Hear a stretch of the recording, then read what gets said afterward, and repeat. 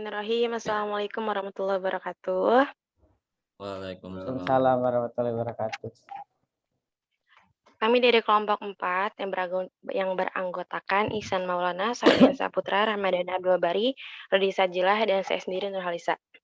Di sini kami akan membahas makalah statistika dengan tema ukuran gejala pusat dikelompokkan. Bab 1 pendahuluan latar belakang. Pada hakikatnya statistika adalah suatu kerangka teori-teori dan metode-metode yang telah dikembangkan untuk melakukan pengumpulan, analisis, dan penulisan data sampel guna memperoleh kesimpulan-kesimpulan yang bermanfaat. Adapun statistika adalah ilmu tentang cara-cara mengumpulkan, menggolongkan, menganalisis, dan mencari keterangan yang berhubungan dengan pengumpulan data, yang penyelidikan dan kesimpulannya berdasarkan bukti-bukti yang berupa angka-angka.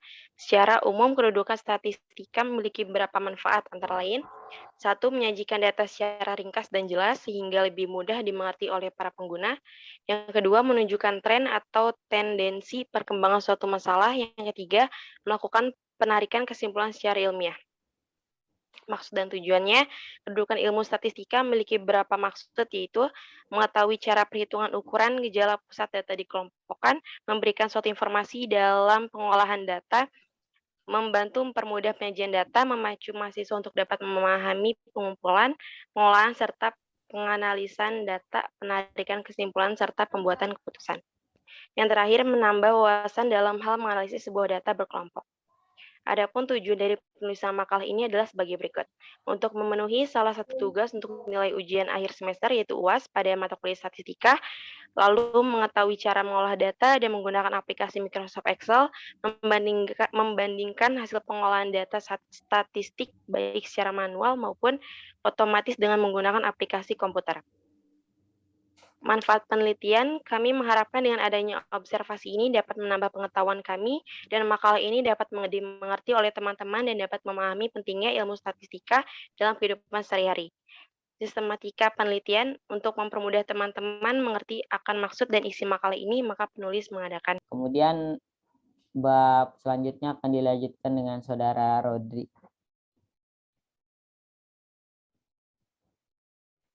Terima kasih sebelumnya pada rekan saya, Sofyan Saputra.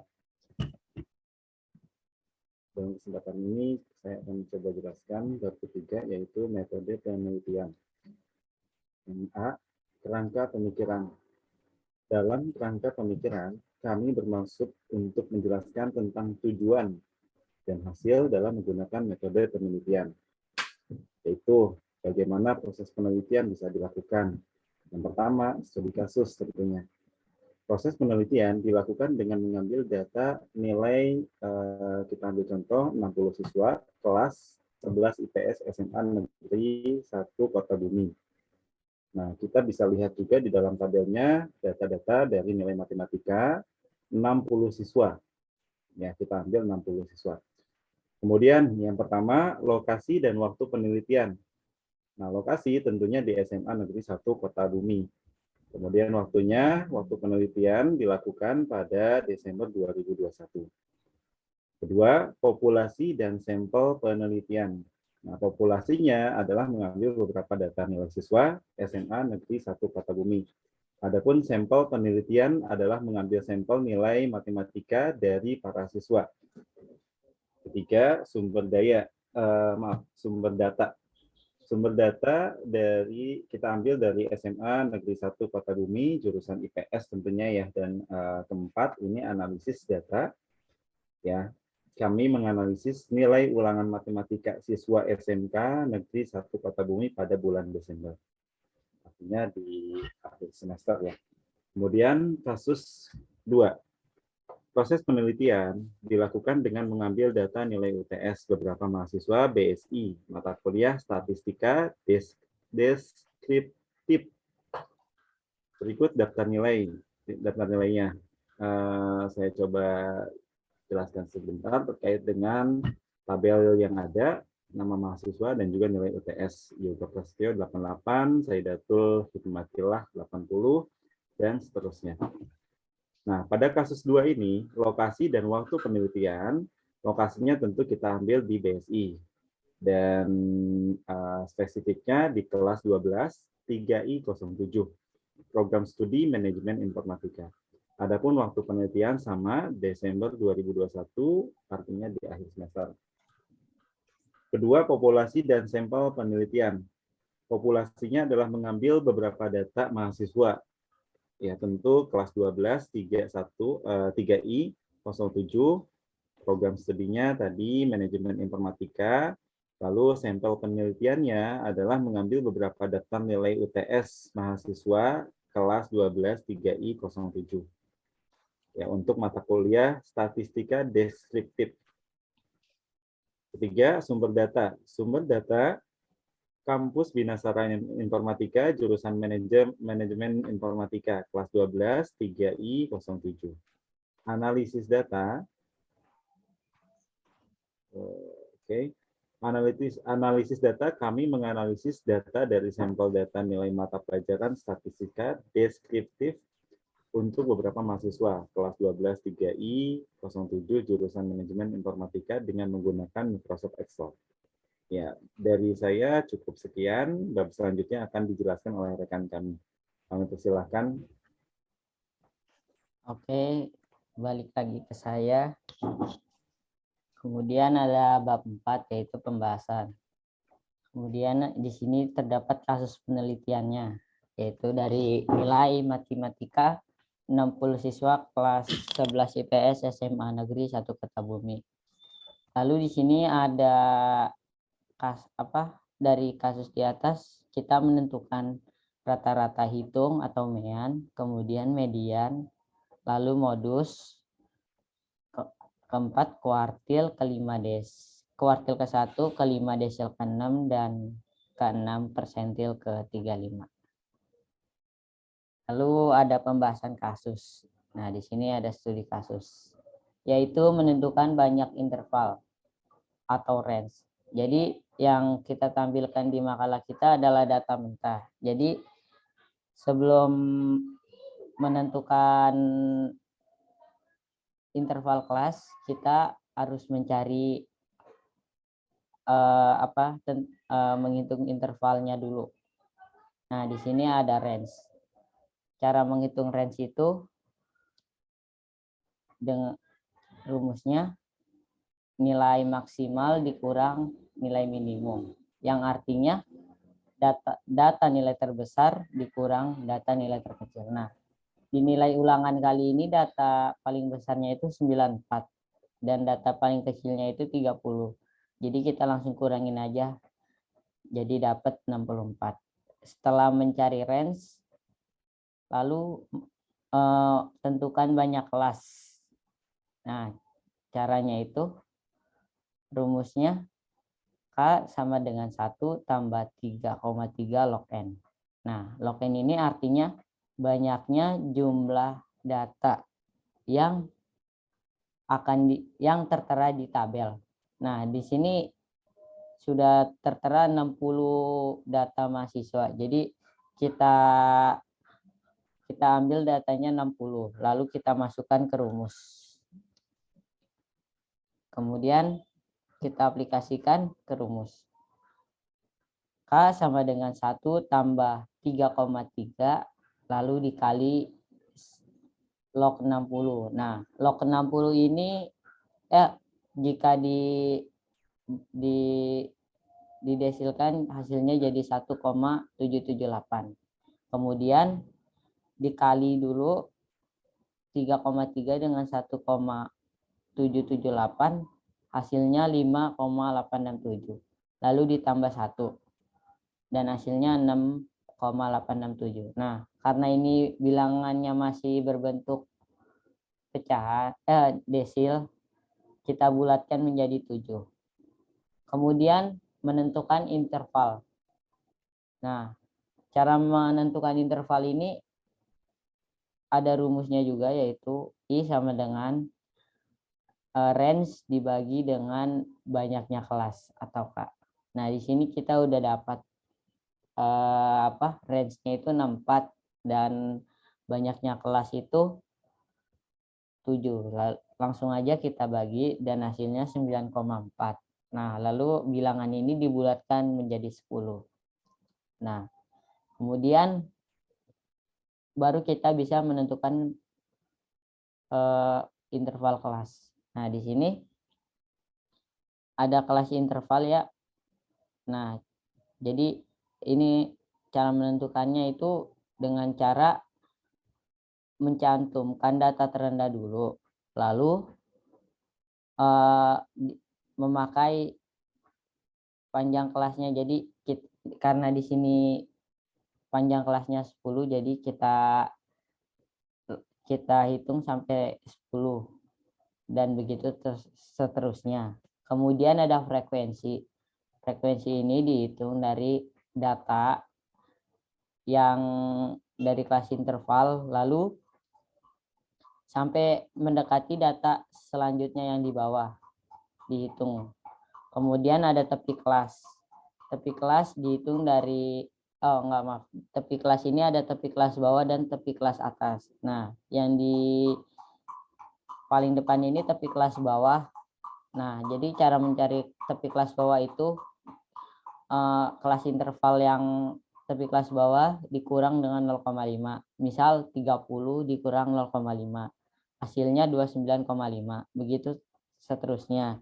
Nah, kemudian di sampingnya ada tepi kelas atas. Nah, cara mencari tepi kelas atas itu dengan ditambah 0,5. Contoh 39 ditambah 0,5 jadi 39,5. Begitu seterusnya. Kemudian ada nilai tengah. Nilai tengah ini diambil dari kelas interval juga. Caranya dengan menjumlah lalu membagi 2. Contoh 30 tambah 39. Lalu hasilnya dibagi 2, dapat 34,5. Kemudian ada frekuensi kumulatif sebelum. Nah, cara mencarinya ini dengan menjumlahkan nilai dari data frekuensi. Contoh 6. 6 ditambah 7 dapat 13. Ditaruh di kolom frekuensi sebelum kumulatif.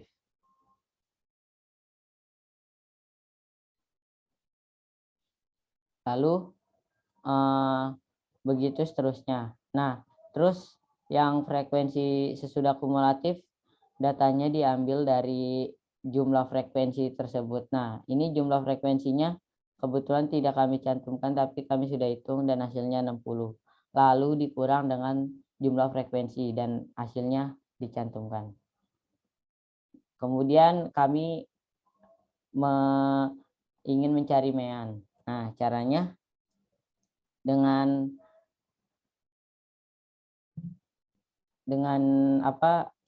nilai tengah dibagi dengan jumlah frekuensi. Nah, ini sudah kami tuliskan nilai tengahnya. Hasilnya 45,5 dibagi 60 sama dengan 7,25. Kemudian ada median. Median. Nah, LM ini median. Jadi tepi bawah kelas median ditambah N per 2 dikurang jumlah frekuensi. Lalu dibagi dengan frekuensi kelas median. Nah, jadi datanya kita masukin aja. Nah, setelah itu kita jumlah. Dan hasilnya 415,875. Kemudian ada modus. Nah, data modus ini diambil dari tepi bawah kelas modus. Kemudian D1-nya itu selisih antara frekuensi kelas modus dengan frekuensi kelas sebelum modus. Lalu dibagi dengan hasil selisih antara frekuensi kelas modus yang sebelum modus dan yang sudah modus lalu dikali dengan interval kelas. Yang median juga sama dikali dengan interval kelas. Dan hasilnya bisa dilihat sendiri 423,16. Kemudian kuartil ke-1. Nah, karena ini kuartil ke-1 jadi makanya 1/4. Nah, kemudian datanya diambil dari tepi bawah kelas kuartil ditambah dengan kuartil pertama per 4 dikurang frekuensi kumulatif pada kelas sebelum kuartil, lalu dibagi dengan frekuensi kelas kuartil, kemudian dikali dengan kelas interval. Dan ini hasilnya. Kemudian ada yang terakhir persentil ke-35. Nah, jadi kalau persentil ini kita makainya per 100. Kemudian di sini kita mencari tepi bawah kelas kuartil. Lalu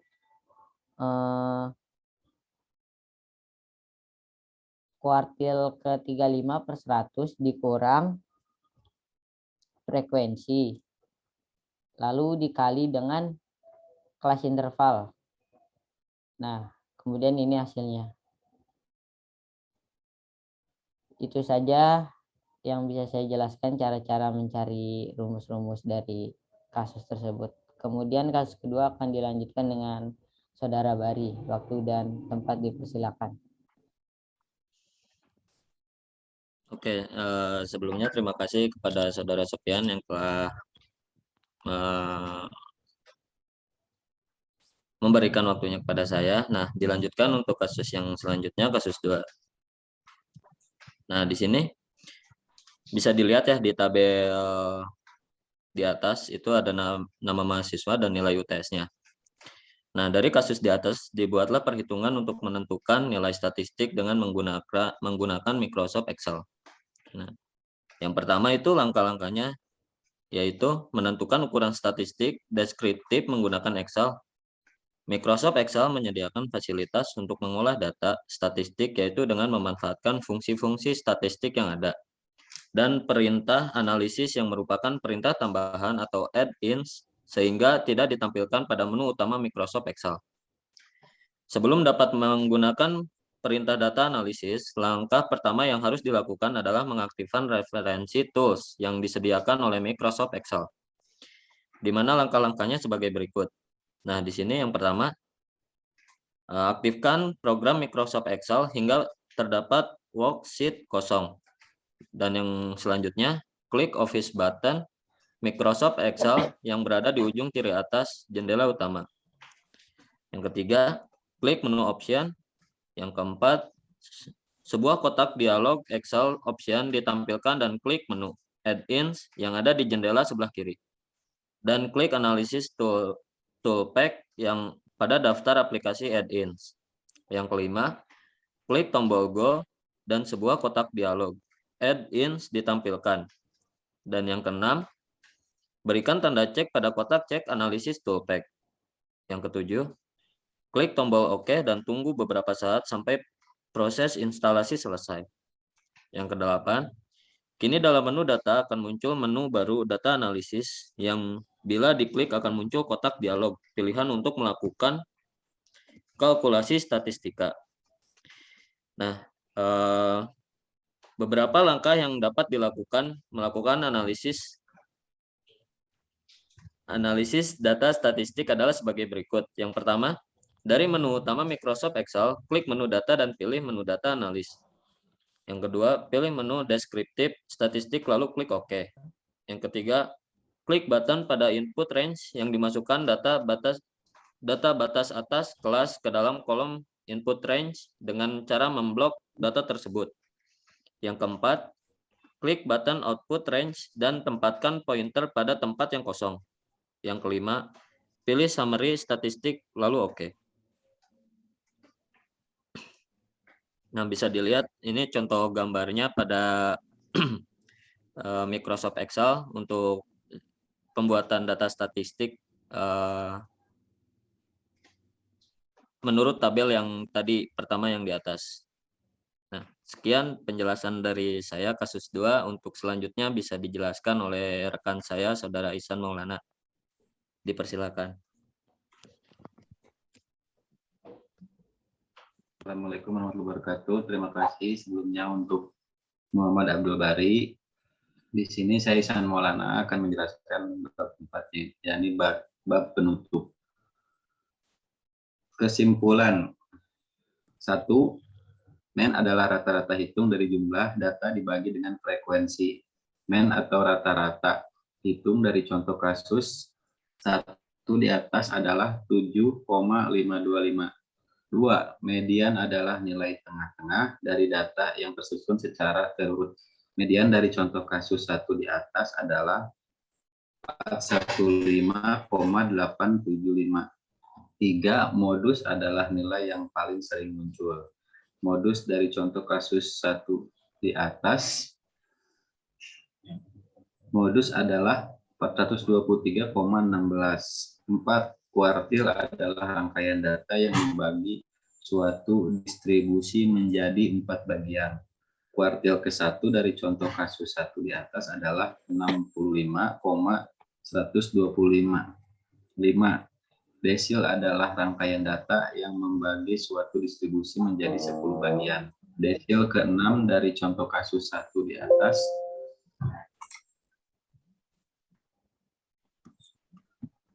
adalah 65,125.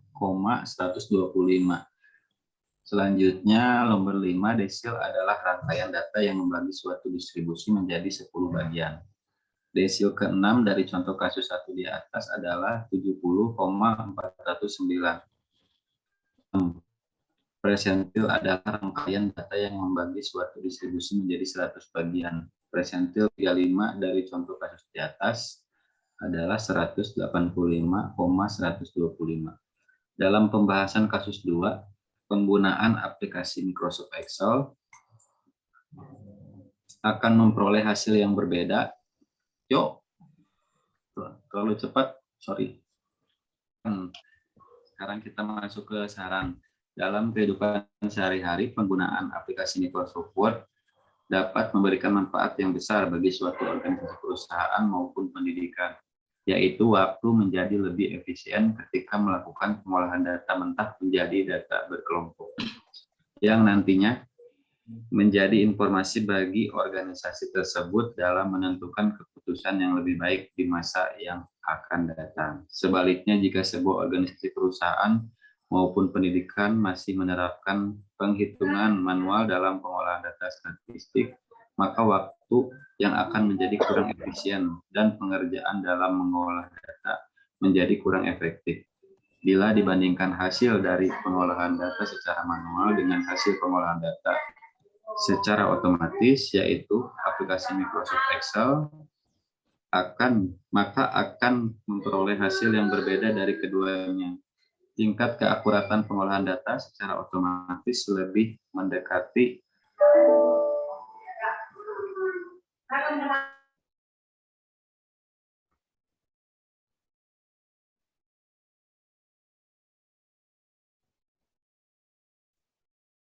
Mana nggak ada suaranya? Bang Iksan? Mungkin Gabut sih Bang gangguan. Iksannya, koneksi kayaknya. Ya udah dilanjutin aja ya. Saya lanjutkan.